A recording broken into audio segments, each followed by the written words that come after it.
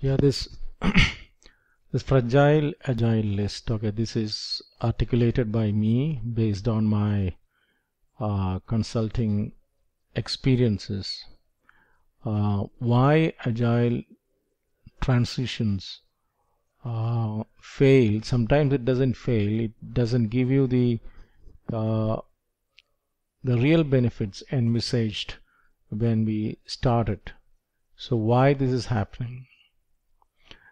The first factor is the absence of a well-articulated business case for agile transition. So sometimes I ask them like, why are you doing this?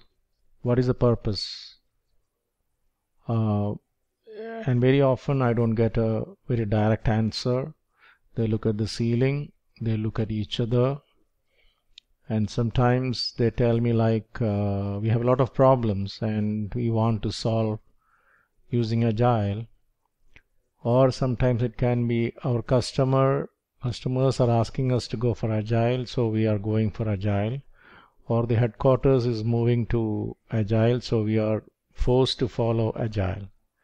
So nobody has, or majority of the implementations, they are not clear about the compelling business case for their agile transition. Maybe at a senior management level or at a CEO level, they may have a vision or a business strategy revolving around it, which is not percolated down to the implementation level. So that is a problem.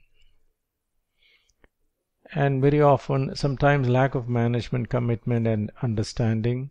So many think that okay, it is like a purchasable commodity. You know, you get a group of people, conduct a training, and everything will be agile kind of thing. So actually, agile need long-term commitment and nurturing. So that kind of management may not be prepared for that kind of a commitment. Lack of product owner commitment. So sometimes I've seen planning meetings happening in the absence of the product owner, and the reason they're highlighting is the product owner is busy with something else. So actually it is laughable because the absence of product owner in a planning meeting and a review meeting cannot be negotiated.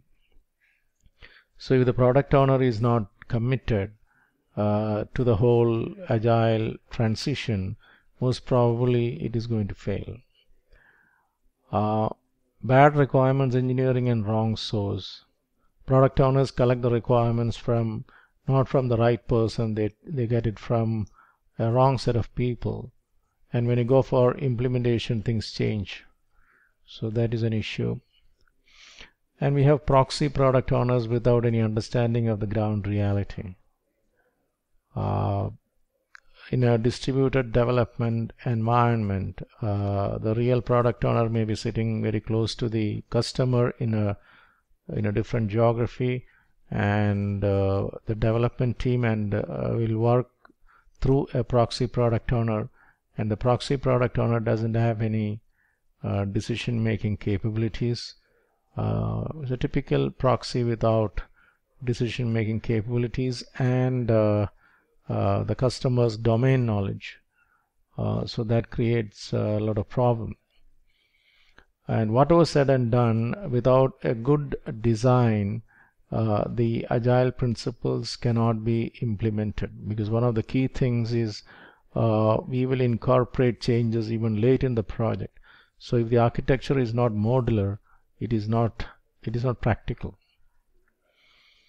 Very often what happens is the product is in a bad state, the code is messed up, the architecture is in bad shape. Then you bring in agile as a solution to patch it up. So unless the whole thing can be re-engineered or refactored, we cannot expect results. Overselling agile. Somebody might have oversold agile to the customer, saying that agile will solve all your problems. Unfortunately, what agile can do is it will highlight all your problems very quickly. It will not solve the problems, it will highlight the problems very quickly, and that is the only advantage of using agile. Lack of empiricism.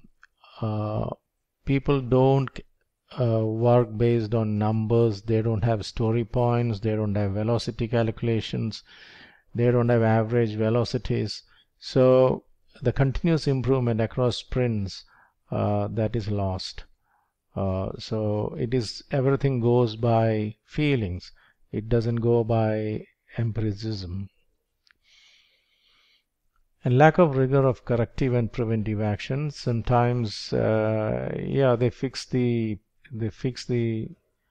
problem. They don't get into the root causes. They just fix it. So again, it is bound to reoccur.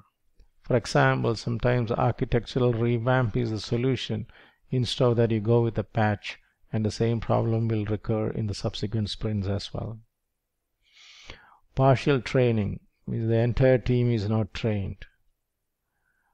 Insufficient training means, the trainer might have explained only the framework, but then he might not have explained the real agile value systems and principles that goes behind this framework, without which the framework is useless. And cultural conflict. Sometimes we have to implement agile in a waterfall environment.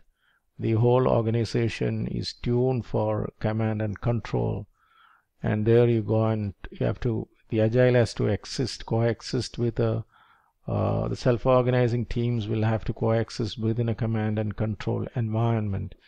So that will create some friction. And lack of quality of agreements. What I meant was, even people say yes, it doesn't mean yes. Especially your boss asks you an opinion. The product owner, who is slightly higher up in the hierarchy, says it must be done. You say yes, and it will not be done. So lack of quality of agreement. So our agreements must be of high quality. When we say a yes, it must be a yes. When we say a no, it must be a no. And the team environment should be conducive for that, for fearless open discussions.